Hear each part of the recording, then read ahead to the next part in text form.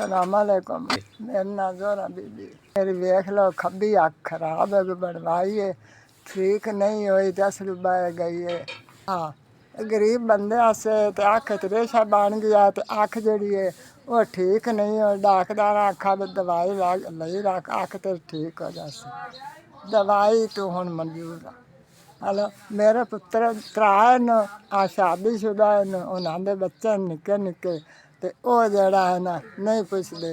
ते मैं हुण जड़ा है अख तो बड़ी औखी। डाकदार ने अख विखाई है, बस आखा ट्राफ लई रख ते गत्ती रख, तेरे अख सही हो जासी। हुण मेरे को शै खुदा दी कहानी, मेहरबानी करो मेरे उत्ते, ते मैनू जड़ा है ना अज तरफ दिते रखा। मेरी अख मेरे को शै खुदा दी कहानी, जिंदी मैं जाते एक कतरा भी लै लो। मियाँ मेरा फौत होया है।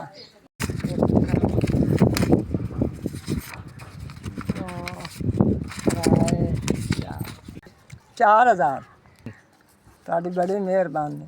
ਅੱਲਾ ਤੁਹਾਨੂੰ ਘਣਾ ਦੇਵੇ, ਤੰਦਰੁਸਤੀ ਦੇਵੇ, ਆਬਾਦ ਰੱਖੇ। ਅਸੀਂ 4000 ਰੁਪਇਆ ਦਿੱਤਾ।